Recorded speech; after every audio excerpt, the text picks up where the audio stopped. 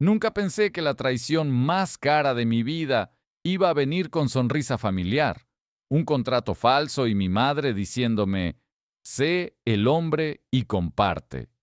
Pero eso fue exactamente lo que pasó.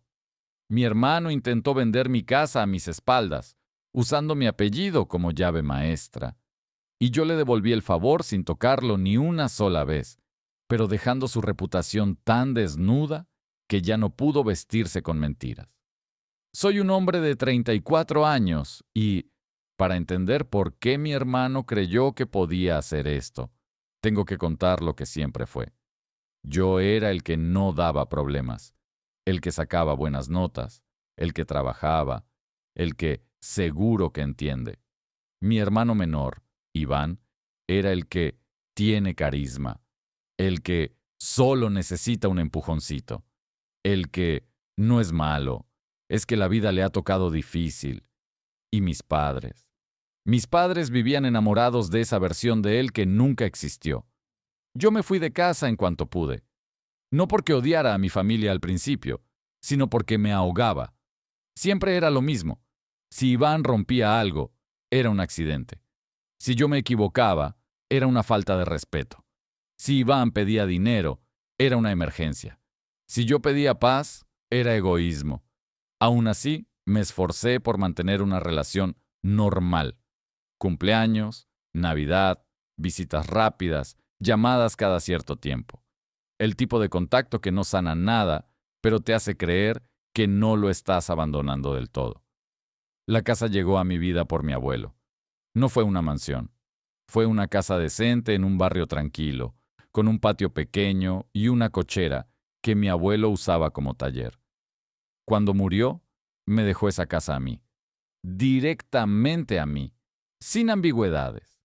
Y no porque me quisiera más que a nadie, sino porque yo era el único que iba a verle sin pedirle nada, el único que le arreglaba el móvil sin reproches, el único que lo escuchaba hablar de cosas antiguas como si fueran tesoros.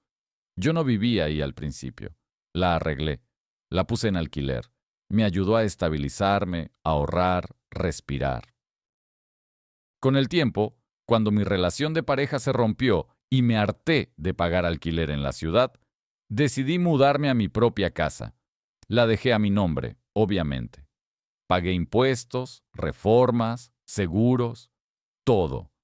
Era mi refugio, mi punto fijo en un mundo donde mi familia siempre intentaba moverme como una pieza. Y entonces, Iván empezó con la historia de siempre, que estaba pasando un mal momento, que su trabajo era inestable, que su novia lo había dejado, que tenía planes, pero necesitaba tiempo. Lo de siempre, con distintos envoltorios. Una noche apareció en mi casa con cerveza barata y esa risa suya que siempre venía antes de pedir algo. Tío, necesito un favor, dijo, como si fuese una frase inocente. Yo ya sabía. No era dinero, al menos no directo. Era un lugar donde quedarme unos días, porque estaba entre cosas.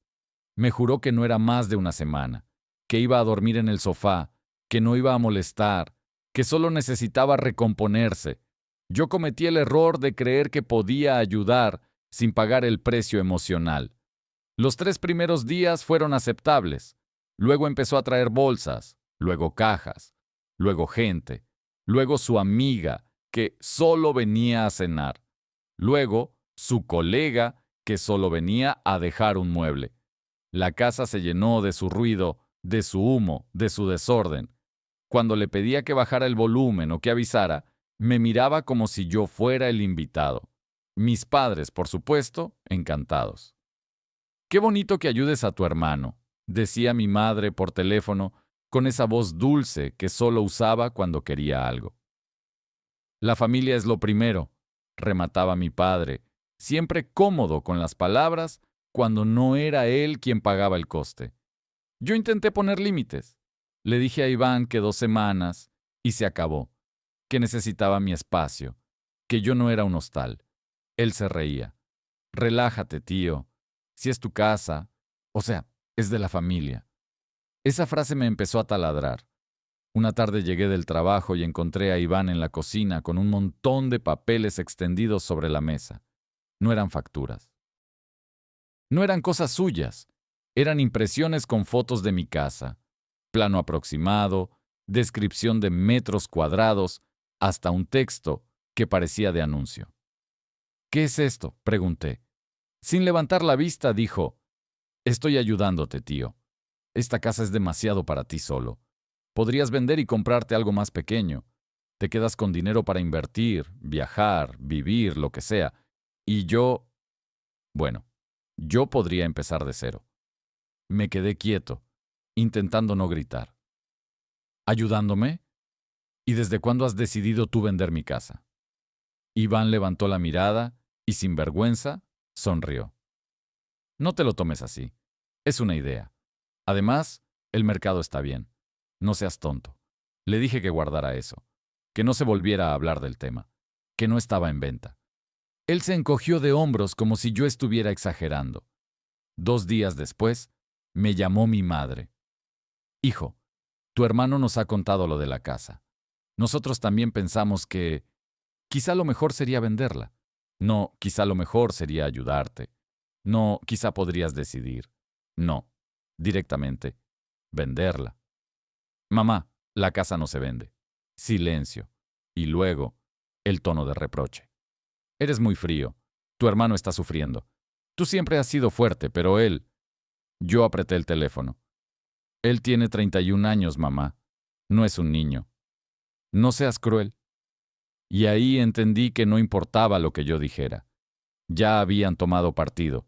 Ya estaban construyendo su relato. El hermano bueno que se niega a ayudar. El hermano pobre que solo quiere una oportunidad. Los padres que solo quieren unidad familiar. Empezaron a venir más seguido. De visita, decían, pero yo notaba cómo miraban la casa, cómo comentaban el patio, la cochera. ¡Qué bien se vendería! Como si ya estuvieran haciendo inventario. Una mañana de sábado me desperté con el timbre. Abrí la puerta en pijama y vi a un tipo con carpeta, camisa planchada, sonrisa profesional. «Buenos días, vengo por la valoración», dijo. «¿Perdón?» «La valoración de la vivienda. Me citaron hoy a las 10». Yo sentí un golpe en el estómago. Miré hacia atrás. Iván estaba en el pasillo, apoyado en la pared, como si fuese un anfitrión. «Tranquilo», dijo. «Solo es una tasación. No pasa nada. No sé cómo describir la rabia que sube cuando alguien invade tu vida con papeles y pretende que lo aceptes porque ya está hecho». Eché al tasador. No con gritos, pero firme. Le dije que se habían equivocado, que no había autorización, que se fuera. El hombre se disculpó, confundido. Antes de irse, miró a Iván como pidiendo confirmación. Iván sonrió como si fuese el dueño. En cuanto cerré la puerta, me giré. «¿Qué carajo estás haciendo?» Iván se puso serio por primera vez. «Mira, tío, no me hagas quedar mal. Ya está. Ya hay interés. Y no lo digo yo, lo dicen los números. No eres el propietario. Soy tu hermano. Eso no te da derecho». Entonces entraron mis padres. No sé si estaban ya aparcados en la esquina o si Iván los había llamado, pero aparecieron en mi salón como un equipo. Mi padre ni siquiera se sentó, se plantó frente a mí como si estuviera dando un sermón. «Escúchame bien. Iván necesita estabilidad. Tú has tenido tu vida. Ya es hora de pensar en la familia». Yo me reí. Me salió una risa fea, seca. Pensar en la familia. ¿Y quién pensó en mí cuando me fui de casa con una mochila y cero ayuda? Mi madre puso cara de víctima. «No revuelvas el pasado. Ahí estaba. El pasado solo existía cuando me convenía a mí. Cuando les convenía a ellos, el pasado era revanchismo». Iván se cruzó de brazos. «Además, tú podrías irte a un piso pequeño. No necesitas tanto. Y yo podría quedarme con una parte del dinero para empezar algo. Tengo un plan. Un plan. La palabra más peligrosa en boca de alguien que nunca termina nada». Yo dije la frase que debería haber bastado. «No se vende». Y mi madre soltó la frase que me confirmó que ya no estaban hablando, estaban ordenando. Sí se vende, porque no vamos a dejar que tu hermano se hunda por tu orgullo. Esa tarde hice algo que no suelo hacer. Me callé. No por miedo, por estrategia. Porque entendí que si discutía, ellos convertirían la discusión en otra arma emocional. Yo necesitaba hechos, no gritos. En las siguientes 48 horas, empecé a descubrir cosas. Un vecino me escribió por WhatsApp. Hola, perdona que te moleste, pero he visto a tu hermano enseñando la casa a una pareja. Dijeron que compraban pronto. ¿Todo bien? Luego me llamó la mujer que me ayudó con la reforma del baño el año anterior. Me han pedido presupuesto para unos arreglos antes de la venta. Pensé que eras tú. Empecé a atar cabos. Iván no estaba tanteando. Estaba actuando como si ya hubiera vendido. Y lo peor, estaba metiendo a mis padres como aval moral. Como si el apellido familiar bastara para convertir mi propiedad en patrimonio colectivo. Yo no podía creer hasta dónde llegaba, hasta que encontré el correo. Tengo una rutina. Reviso el buzón físico los miércoles. Ese miércoles había una carta de una inmobiliaria. Gracias por confiar en nosotros para la venta de su propiedad, decía. Mi mano tembló. Llamé al número. Pedí hablar con quien llevaba el caso. Le dije mi nombre completo y que yo era el propietario. La mujer al teléfono se puso tensa. Nosotros tenemos la autorización firmada dudó, por un familiar con el mismo apellido, y una copia del DNI. Copia del DNI. Ahí casi se me apagó el cerebro. Mi DNI no lo suelto. Pero mis padres tienen una copia antigua por si pasa algo. Esa copia que siempre me negué a discutir porque, ¿qué puede pasar? Pues esto. Le pedí a la inmobiliaria que me enviara todo lo que tenían, todo, por correo. Cuando vi los documentos, me faltó aire. Iván había firmado una autorización como representante, usando una firma parecida a la mía, y había adjuntado una copia de mi DNI. También había un documento donde supuestamente yo autorizaba visitas y tasaciones. Era un fraude burdo, pero lo suficientemente convincente para que una inmobiliaria quisiera moverse rápido. Y entonces entendí la magnitud. Mi hermano no solo estaba siendo un aprovechado, estaba cometiendo delitos. Y mis padres, como mínimo, lo estaban cubriendo. Como máximo, colaborando. No voy a mentir. Tuve ganas de ir a su casa y gritar hasta quedarme sin voz. Pero me acordé de algo que siempre me repetía mi abuelo. Si discutes con alguien que vive de la mentira, solo le estás dando escenario. Quítale el público. Yo no iba a darle escenario. Iba a quitarle el público. Hice 3 cosas ese mismo día. Primero, fui a un abogado. Uno de los buenos.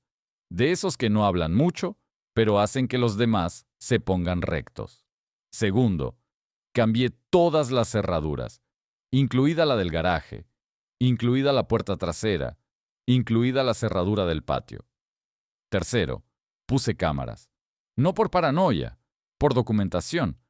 Esa noche, Iván llegó con una bolsa de comida y actitud de rey. ¿Qué pasa con la puerta?, dijo, intentando meter la llave.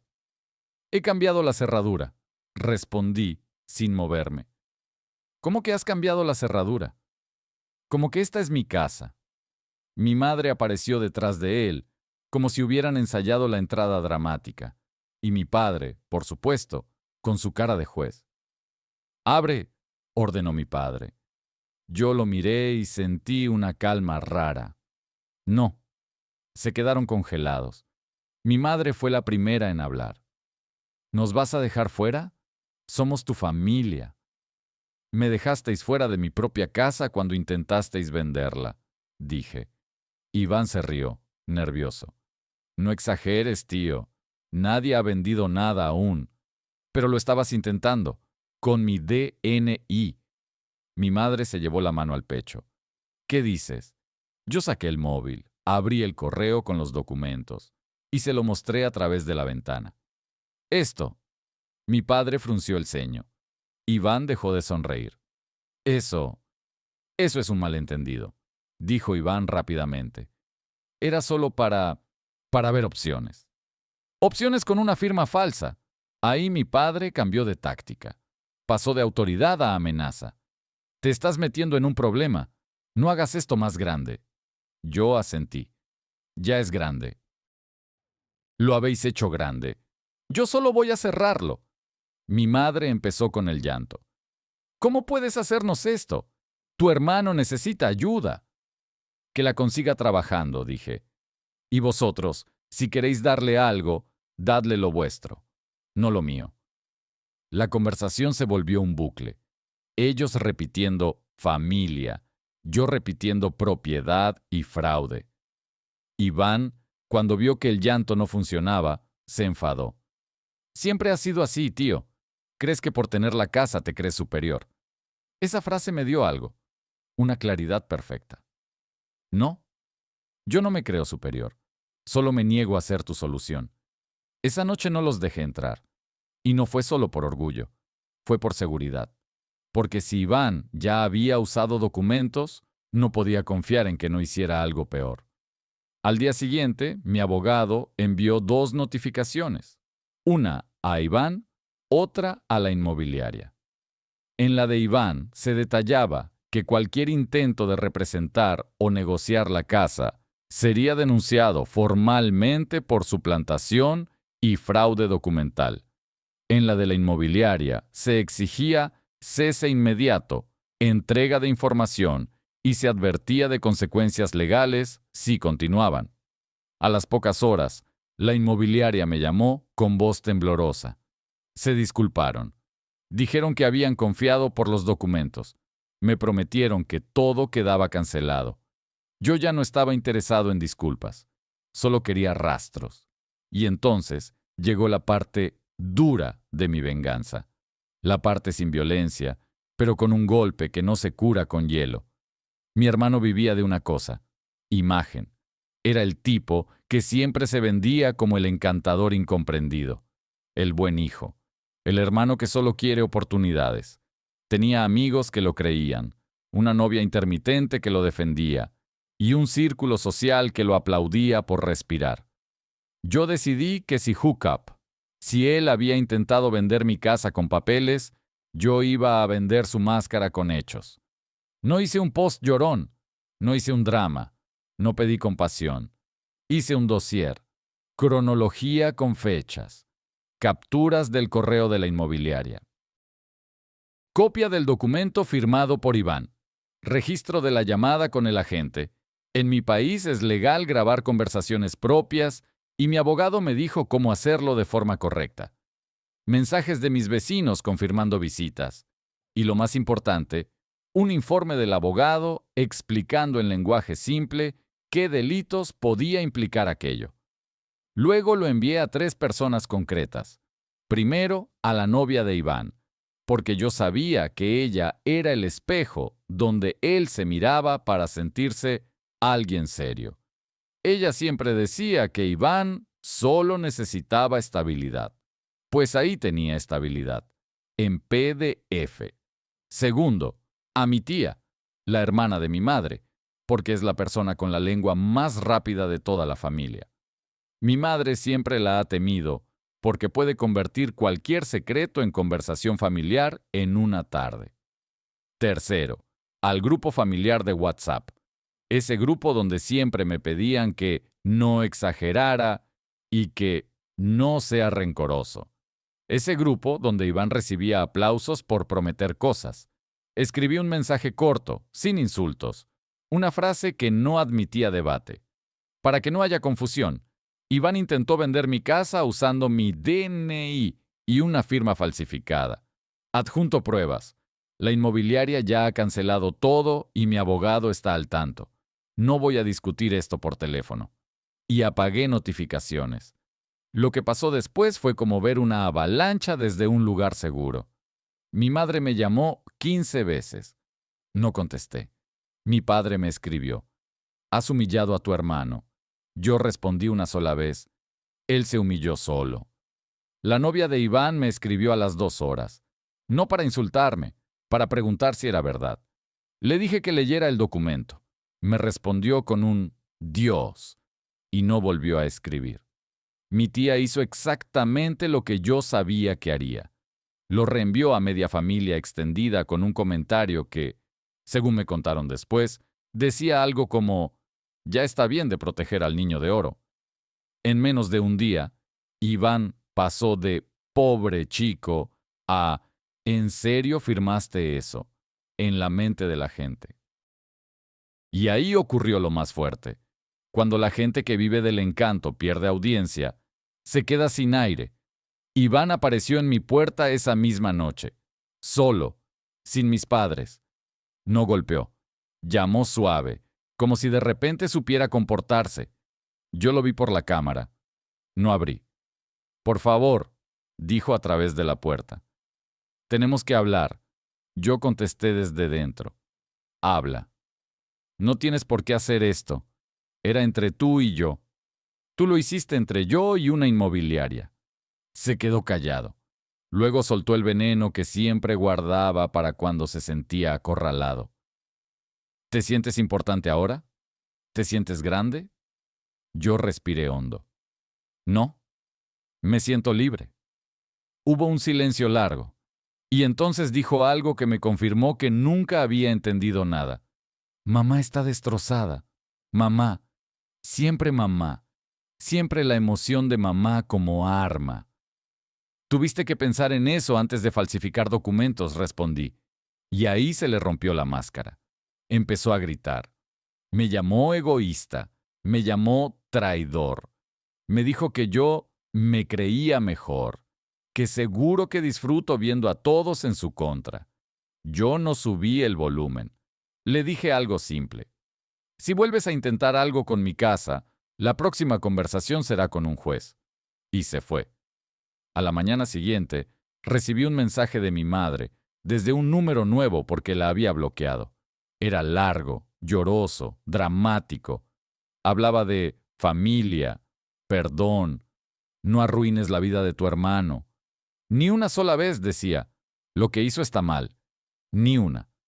No respondí. Un par de días después, supe por mi tía que Iván había intentado una última jugada, decir que yo le había dado permiso verbal y que la inmobiliaria lo malinterpretó. Pero cuando la gente vio el documento con firma falsa y mi DNI, la versión se murió sola. Porque hay mentiras que pueden sobrevivir a palabras, pero no sobreviven a un PDF con fecha. Y entonces vino el karma, el de verdad, el que no tienes que empujar. La inmobiliaria, por protocolo interno, reportó el intento de suplantación. No fue una denuncia penal inmediata, pero quedó un registro. Además, el agente que había gestionado las visitas se asustó lo suficiente como para cubrirse. Dejó constancia de que el contacto fue Iván, que presentó documentos y que actuó como representante. Un mes después, Iván intentó alquilar un piso. Le pidieron referencias, le pidieron solvencia, le pidieron fiabilidad. Una de las referencias era un conocido mío, una casualidad absurda, que me llamó para confirmar. Yo no mentí, solo dije, no te lo recomiendo. Y Iván no consiguió el piso. Luego intentó pedir un préstamo pequeño para empezar algo. Lo rechazaron. No porque el banco supiera todo, sino porque su vida era un caos y ya no tenía a nadie firmando por él. La novia lo dejó definitivamente. Según me contaron, no por el intento de venta en sí, sino por algo peor, porque él insistía en que era una exageración y que yo lo había hecho para quedar por encima. Ahí es cuando su propio encanto lo traicionó. Una persona decente puede aceptar un error, pero un manipulador siempre intenta convertirlo en injusticia. Mis padres, mientras tanto, me odiaron en silencio. Durante semanas, la familia se dividió. Algunos me decían que hice lo correcto, otros decían que podría haberlo arreglado en privado. La típica frase de quienes prefieren la paz falsa a la verdad real. Yo no sentí culpa. Sentí algo mejor, tranquilidad, porque por primera vez no estaba negociando mi dignidad. Con el tiempo, mis padres intentaron volver con la táctica suave. Mi madre me mandó una foto antigua de nosotros en Navidad. Mi padre me escribió un ¿cómo estás? Como si nada, como si el intento de robar mi casa fuera una discusión tonta por una cena. Yo les contesté con límites, no con odio. Estoy bien, no hablaremos de mi casa. Y no hablaré con Iván si no reconoce lo que hizo. Eso fue como pedirles que respiraran bajo el agua. Pasaron semanas, luego meses, hasta que un día recibí un audio de Iván. No venía de mi madre, venía de él. Su voz sonaba diferente, no más segura, más pequeña. Mira, he metido la pata. Pensé que si lo hacía rápido te enfadarías, pero luego se te pasaría. Siempre se te pasa, pero esta vez no. Y supongo que me lo merezco. No pidió que le perdonara, no pidió dinero, no pidió la casa, solo dijo eso. Era lo mínimo, pero venía de una persona que nunca daba nada sin esperar algo. Yo escuché el audio 2 veces, no porque me emocionara, sino porque quería asegurarme de que no era otra manipulación. Le respondí con un mensaje corto. Lo que hiciste fue un delito. No lo repitas. Y no vuelvas a usar a nuestros padres para presionarme. Eso fue todo. La parte dura de la venganza no fue verlo sufrir económicamente. Fue algo más profundo. Fue verlo obligado a vivir sin el cuento, sin el papel del pobrecito con potencial, sin el público que lo aplaudía, sin la madre que lo justificaba delante de todos. Porque una vez que la familia ve al favorito como realmente es, ya no puede volver a enamorarse del personaje. Y lo mejor, o lo más cruel, según se mire, es que yo no tuve que hacerle daño físico, ni insultarlo, ni humillarlo con gritos. Solo tuve que encender la luz. Ahora vivo en mi casa con calma. Trabajo, pago mis cosas, invito a mis amigos, duermo sin miedo a que un familiar meta la llave en mi puerta con derechos imaginarios. Mis padres siguen ahí, con su orgullo herido, intentando reconstruir una versión donde ellos no quedaron como cómplices, pero cada vez que lo intentan, alguien les recuerda el PDF. Iván ya no menciona la casa. Cuando nos cruzamos, baja la mirada. Y por primera vez en mi vida, esa mirada no me da pena. Me da confirmación. Aprendí algo que debería ser obvio, pero que a mí me costó años. La familia no es quien comparte tu sangre, es quien respeta tus límites. Y la mejor venganza, la más dura y limpia, es quitarle a un manipulador lo único que lo mantiene vivo: la gente que le cree. Si alguna vez alguien intenta vender lo que es tuyo, no discutas. Documenta, protege y deja que la verdad haga el trabajo sucio por ti. Porque la verdad, cuando cae, no golpea una vez. Golpea hasta que no queda nada que fingir.